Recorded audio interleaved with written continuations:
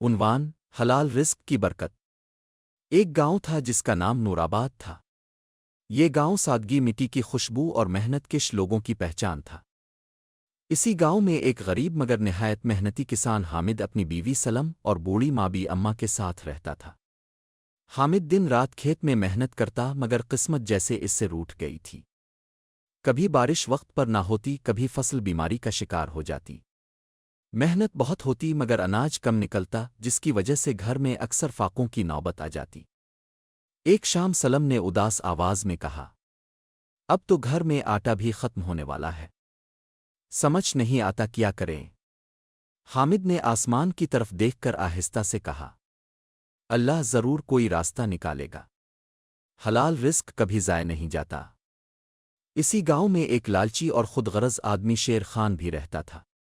وہ حامد کی ایمانداری سے جلتا تھا اور اکثر طنز کرتا، ابے حامد، تیری زمین تو بنجر ہے، کب تک خواب دیکھتا رہے گا؟ حامد خاموش رہتا مگر اس کے دل میں یقین زندہ رہتا۔ ایک دن حامد لکڑیاں چننے جنگل کی طرف گیا۔ وہاں اس کی ملاقات ایک نورانی چہرے والے بزرگ بابا فیروز سے ہوئی۔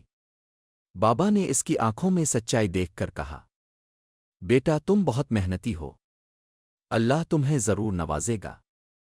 انہوں نے ایک چھوٹی سی پوٹلی حامد کو دی اور کہا، اسے نیک نیت کے ساتھ استعمال کرنا، جو بھی کھانا اس میں ڈال کر بناؤ گے اس میں برکت ہوگی، لیکن یاد رکھنا یہ صرف حلال نیت کے لیے ہے۔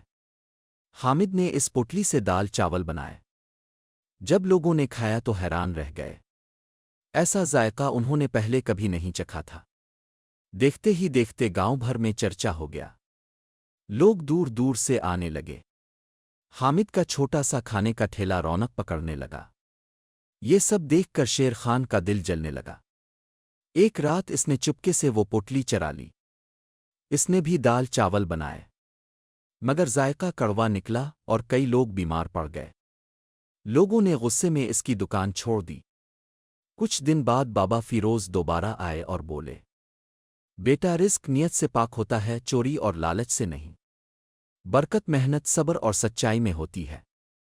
حامد نے بابا کی بات دل سے مان لی۔ اس نے بغیر کسی جادو کے صرف ایمانداری، محبت اور محنت سے دوبارہ کام شروع کیا۔ اس کا کھانا پہلے سے بھی زیادہ لذیذ ہو گیا۔ آہستہ آہستہ پورا گاؤں اس کی عزت کرنے لگا۔ اس کے گھر میں خوشحالی آ گئی اور سکون لوٹ آیا۔ آخرکار سب نے مان لیا، حلال رزق ہی اصل برکت ہوتا ہے۔